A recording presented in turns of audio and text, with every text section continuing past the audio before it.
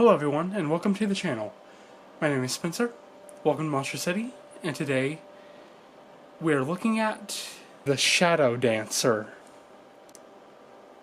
I think this is from a series called X-Men 2049 or something like that, or 2099. I don't know what it's called exactly, but with this character, the Shadow Dancer, I hardly even know anything about the Shadow Dancer.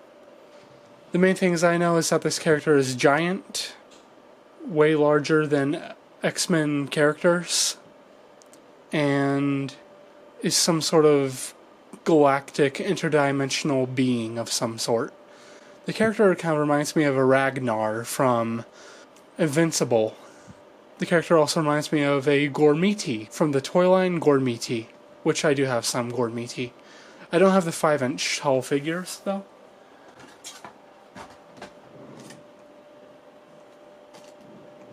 So this character measures about 5 inches, a little bit under 5 inches I think in height.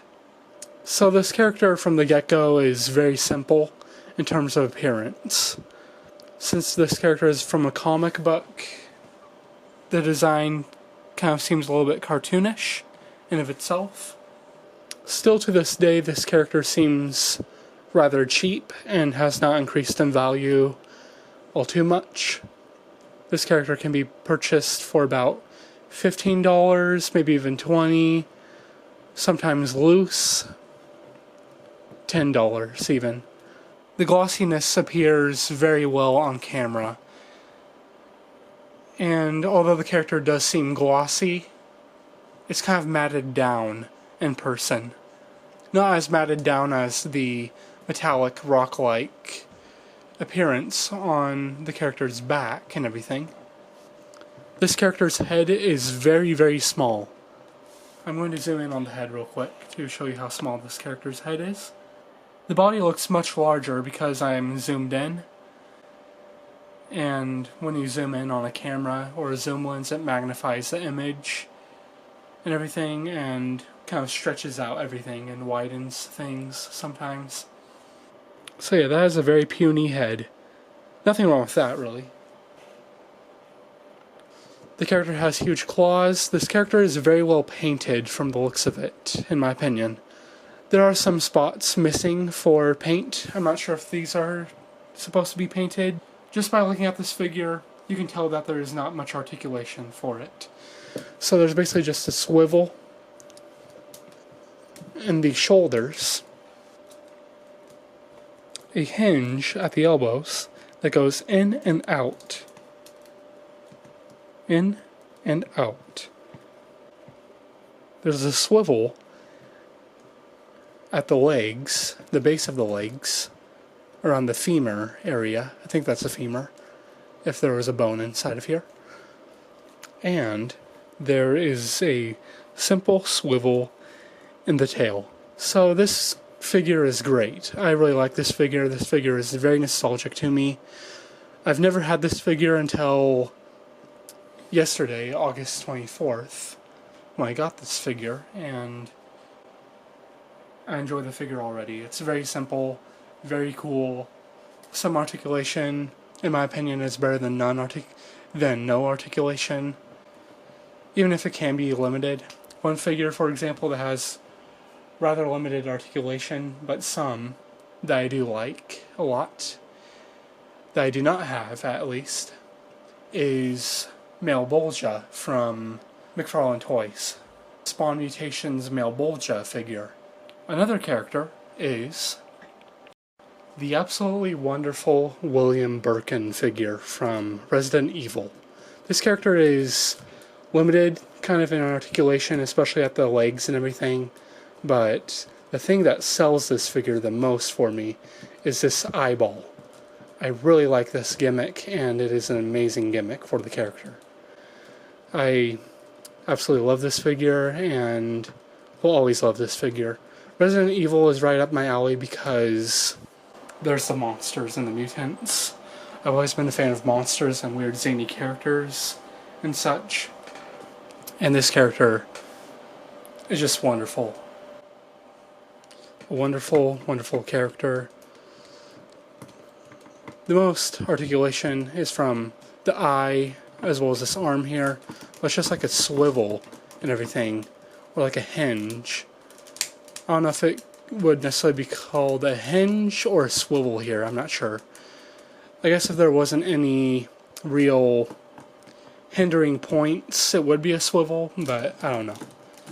The character kind of has some arm swinging action as well. I guess this is a 2-in-1 video review, I guess, of William Birkin and the wonderful Shadow Dancer. I got this figure, I'm pretty sure, during Christmas, or no, it was sometime in late December of 2018 or 19. I think it may have been late December of 2018 that I got this figure. I got it on eBay for about $40. So one thing I like the most about the Shadow Dancer that I did not realize was a thing for this character is the gimmick that this character has. So I was wondering what this button did. I assumed if you pressed in, the jaw would close. But it's a little bit different and it's kind of great in my opinion. I really like it. So it's basically kind of like a wind-up toy, to where you basically do this.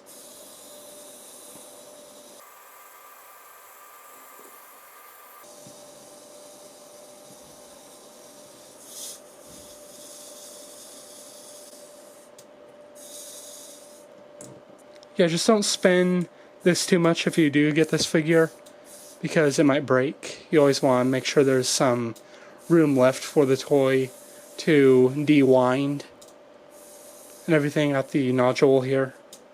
Just don't do it too fast. Sometimes this gimmick will kind of kick back a little bit as soon as you release it. So then you can go again.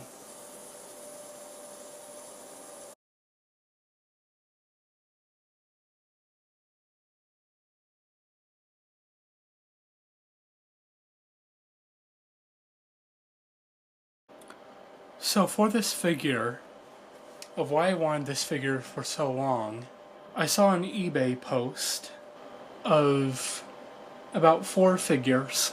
I was just looking at monster action figures. All of them, except one, I did not recognize, and this was that character that I did not recognize whatsoever. The character looked really cool and everything. For years and years, off and on, I kind of searched to see if I could find the figure. One day, it was either late 2018 or early 2019, and I searched monster action figures on eBay, and then I found this figure new in the box, new in package. So since I wanted this character quite a bit, I decided to make it my own. Here is the character that I came up with. This character is very dusty right now because I have not held this figure in years, but this is basically my version of the Shadow Dancer.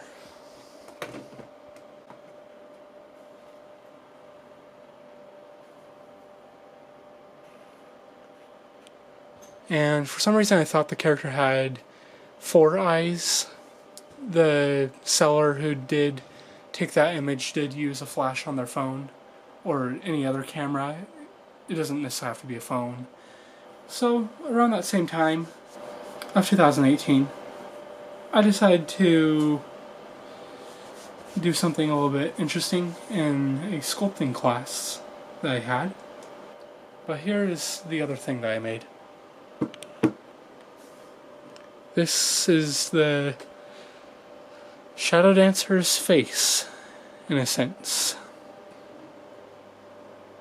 A little bit horrifying. Some details have fallen off, such as the canine teeth at the bottom, or the tusks. This is very fragile and cannot be worn as a mask or anything.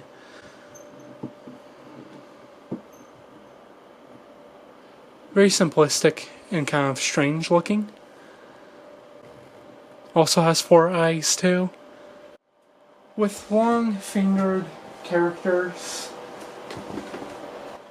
I shall show you all something a little bit interesting. And this is an imaginary character that I have created. The character is not finished yet. I'm keeping it under wraps of what I'm actually going to be doing with this figure. But this is just kind of a teaser. And, well, here's this character. So yeah, this character has relatively long nails and fingers as well.